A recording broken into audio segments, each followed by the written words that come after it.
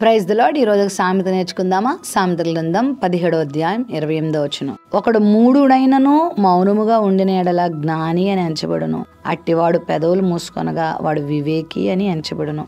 జీవితంలో చాలాసార్లు నోరు తెరవాల్సిన సందర్భాలు ఉంటాయి, ఇంకా చాలాసార్లు నోరు మూసుకోవాల్సిన సందర్భాలు కూడా ఉంటాయి. అయితే వివేకిగా ఉన్నవారి లక్షణం ఏంటంటే ఎక్కువ శాతం నోరు మూసుకొని ఉండడమే. అంటే మేలుకరమైన మాటలు మాట్లాడడానికి, ఇతరులను రక్షించడానికి, అపాయం నుండి తప్పించడానికి నోరు తెరుస్తారు, అనవసరంగా నోరు తెరవరు. అంటే అనవసరమైన మాటలు మాట్లాడరు. ఒక వ్యక్తి అజ్ఞానైనా, ఒక వ్యక్తి మూఢుడైనా, ఒక వ్యక్తి నిరక్షరాస్యుడైనా అతడు మౌనముగా ఉంటే గనక అతడు వివేకిగా పేరు తెచ్చుకోగలుగుతాడంట. అంటే మౌనమునకు ఉన్నటువంటి గొప్పతనం అంత శ్రేష్టమైందని దీని అర్థం.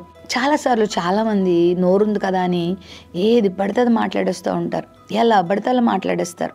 అది పెద్దోళ్ళ, చిన్నోళ్ళ, వాళ్ళు స్త్రీల, వాళ్ళు పురుషుల, వాళ్ళు నేను ఇలాంటి మాటలు మాట్లాడచ్చా, ఇప్పుడు నేను ఇవి మాట్లాడడం అవసరమా కాదా అనేది ఏం ఆలోచించరు. ఒకసారి నువ్వు మాట్లాడేస్తే మళ్ళీ ఆ మాటను వెనక తెచ్చుకోలేవు. అందుకే ఆలోచనతో మాట్లాడాలి, ఉద్రేకంతో మాట్లాడకూడదు, కోపంతో మాట్లాడకూడదు, తొందరపాటుతో మాట్లాడకూడదు.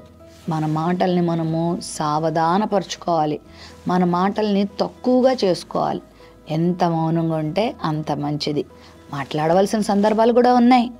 మనము ప్రమాదంలో ఎవరైనా ఉన్నప్పుడు మాట్లాడవలసి వచ్చినప్పుడు మాట్లాడాలి, సలహాలు చెప్పాలి, బోధ చేయాలి, హెచ్చరించాలి, మంచి విషయాలు చెప్పాలి, దేవుని విషయాలు చెప్పాలి. అంతేగాని వ్యర్థమైన సంభాషణలతో, వ్యర్థమైన మాటలతో, లేనిపోయిన మాటలతో, ఇక్కడ మాటలు అక్కడ, అక్కడ మాటలు ఎక్కడ, ఇతరులకు బాధ కలిగించే మాటలతో, కొండెపు మాటలతో, కత్తిపోటు లాంటి మాటలతో, ఇచ్చకపు మాటలతో, సరసోక్తులతో, పోకిరి మాటలతో మనము ఇతరుల జీవితాలు పాడు చేయకూడదు, మన జీవితాలు పాడు చేసుకోవద్దు.